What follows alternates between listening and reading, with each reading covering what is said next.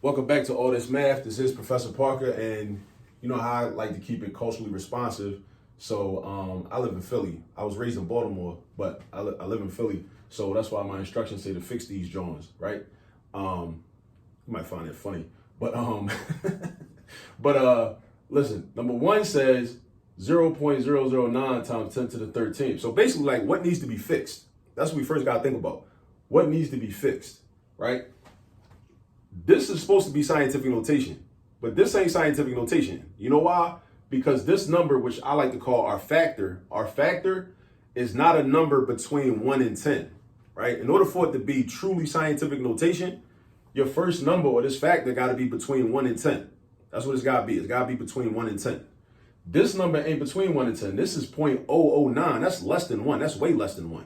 That's actually less than a penny. Right? So you think about it in terms of between $1 and $10, that's less than a penny, right? That's actually like 9/10 of a penny. So that's way less than one, way less than $1.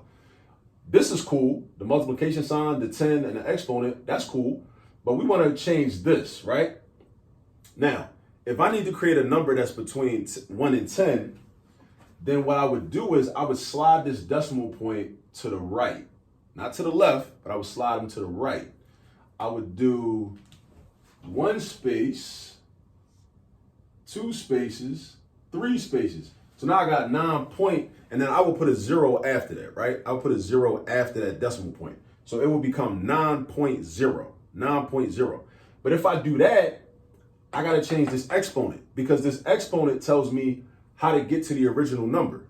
This exponent tells me how many places to move the decimal point to get back to the original number, which was in standard form, right? So if I would have had to move if the decimal point was right here, and try to follow me here, right? Follow me.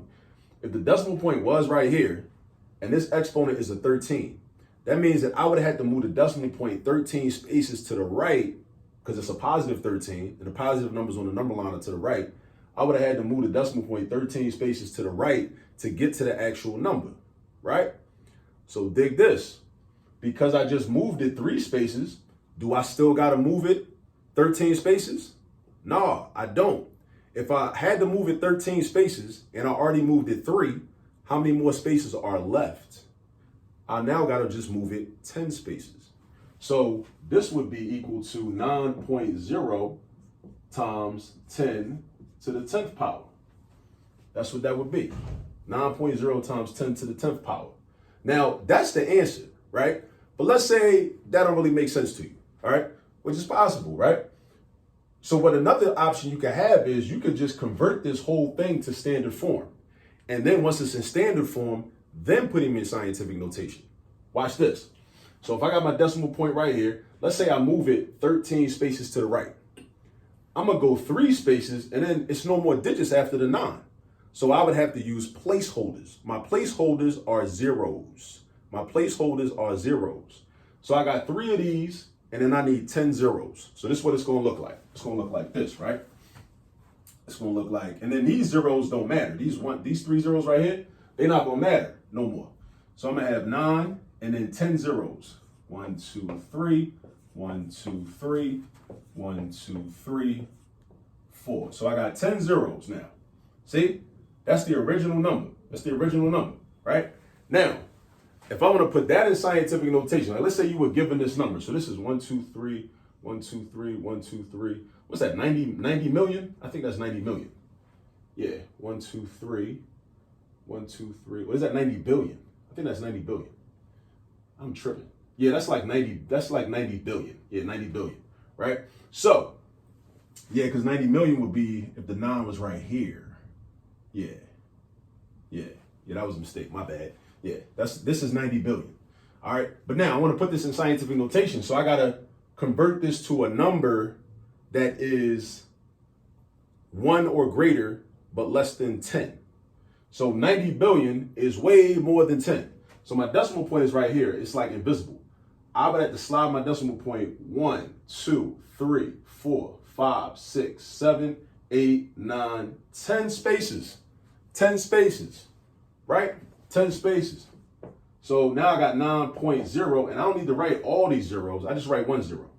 I don't need all these zeros, just 1 0, right? I put my multiplication sign, I put my 10, And then my exponent is a positive 10. Why is it a positive 10? Because I had to move 10 spaces. I would have to move 10 spaces, or I would have to move 10 spaces from here to the right to get back to 90 billion. To get back to 90 billion, right? And that's how I get 9.0 times 10 to the 10th. But look, that's what I had up here, right? Because I had this number, and then I moved it I moved the decimal point to create a number that was between 1 and 10. And if I would have had to move 13 spaces to the right to get back to this, whatever this original number was supposed to be, I already moved 3 spaces. So if I got to move 13 spaces altogether, but I just moved 3, ask yourself, how many more spaces do I still have to move? I just got to move 10 more spaces. So that's why my exponent was already 10. But look, I did it the long way, and we get the same answer. So that's like kind of a way to check our work. Now let me run through number 2 real fast. I'm not going to do it the long way.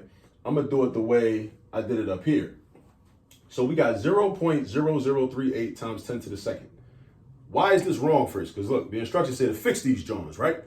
What do we got to fix? What's wrong with it? First, we got to identify the problem. What's wrong with it? What's wrong with it is the same thing that was wrong with number 1. This number, or this factor, is not between 1 and 10. It's not between 1 and 10. So because it's not between 1 and 10, that means you got to make this number bigger by sliding the decimal point over. You got to make the number bigger by sliding the decimal point over. All right? So if you make the number bigger by sliding the decimal point over, I'm going to have to go, let me see. I'm going to go 1 space, and I'm going to go 2 spaces. But look, my exponent is a 2. So look, this is going to create another number. It's going to create 0.38. Now, why do I stop at 0.38? I stopped at 0.38 because my exponent was a 2. So I moved the decimal point. I follow instructions. I moved the decimal point 2 spaces to the right. Now I got 0.38. I got 0.38. That's what I got. I got 0.38. But that's not scientific notation. So I want to put this number in the scientific notation. 0.38 is less than 1. But I can slide the decimal point over 1 more space,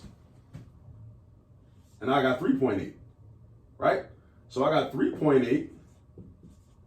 I do my multiplication sign and my 10, and then I say, okay, well, how do I get from 3.8 back to 0.38?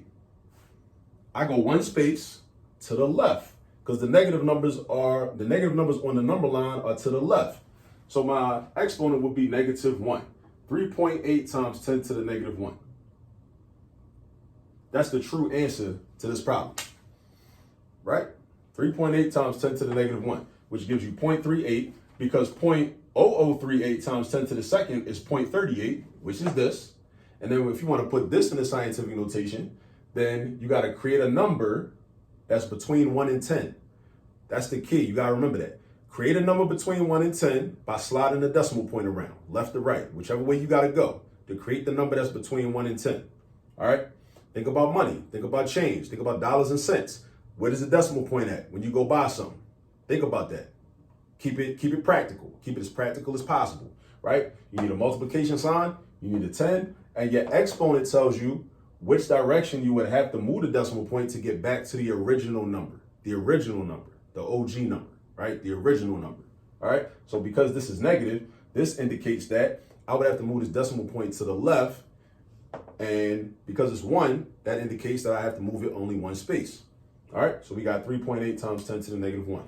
So now we just fixed these Jawns. That's what we did. We fixed them now because that was wrong. This was out of pocket. Right. Now this is right. This was out of pocket. Now this is right, because somebody must have forgot their rule about scientific notation that the factor, or the first number, must be between 1 and 10.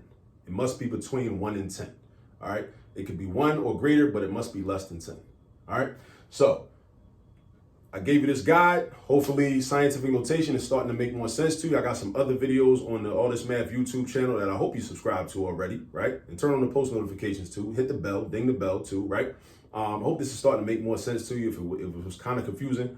But you got to practice. You got to practice. You got to put the work in, put the time in on your own. You got to put the work in. Use this video as a guide, but you got to go put the work in. All right. Now I got to get out of here. I got to go pick a side up from school. Go get some practice, and I'll catch up with y'all on the next video. Peace.